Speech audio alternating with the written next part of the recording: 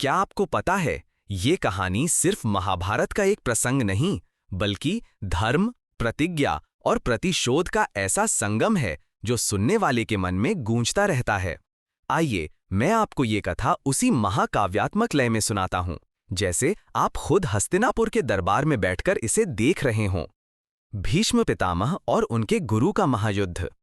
हस्तिनापुर का राजकुमार देवव्रत, वही जो आगे चलकर भीष्म नाम से अमर हो गया, सिर्फ अद्वितीय धनुर्धर और रणकुशल योद्धा ही नहीं, बल्कि प्रतिज्ञा का अवतार था। उनके गुरु भगवान परशुराम, जो स्वयं भगवान विष्णु के छठे अवतार थे और जिनकी युद्ध कला के सामने बड़े बड़े नरेश भी नतमस्तक थे। संघर्ष की जड़ अंबा का अपमान। काशी नगरी में स्वयंवर का महाआयोजन हुआ।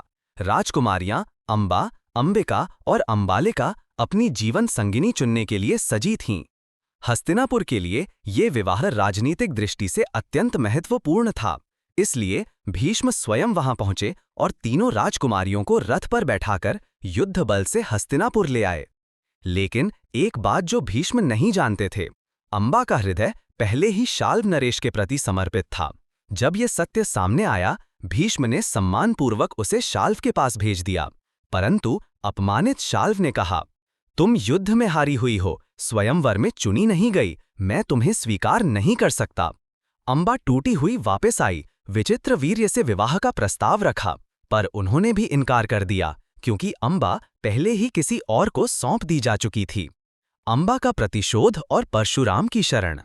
अब अंबा का मन प्रतिशोध की ज्वाला में जल उठा।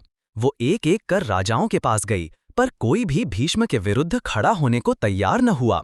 अंततः वो गुरु परशुराम के पास पहुंची। उसकी आंखों में आंसू और आवाज में कंपकपी थी।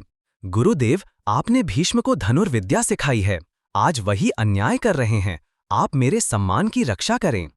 परशुराम, जो सदैव स्त्री सम्मान के रक्षक माने जाते थे, क्रोधित हो उठे। उन्होंने तुरंत भीष्म को संदेश भेजा, देवव्रत, अंबा से विवाह करो और उसके सम्मान की रक्षा करो। भीष्म का इनकार। भीष्म ने उत्तर दिया, गुरुदेव, मैंने आजीवन ब्रह्मचर्य और हस्तिनापुर की सेवा का व्रत लिया है, मैं अपने वचन से पीछे नहीं हट सकता। परशुराम ने समझाया, किंतु भीष्म अडिग रहे। अंततः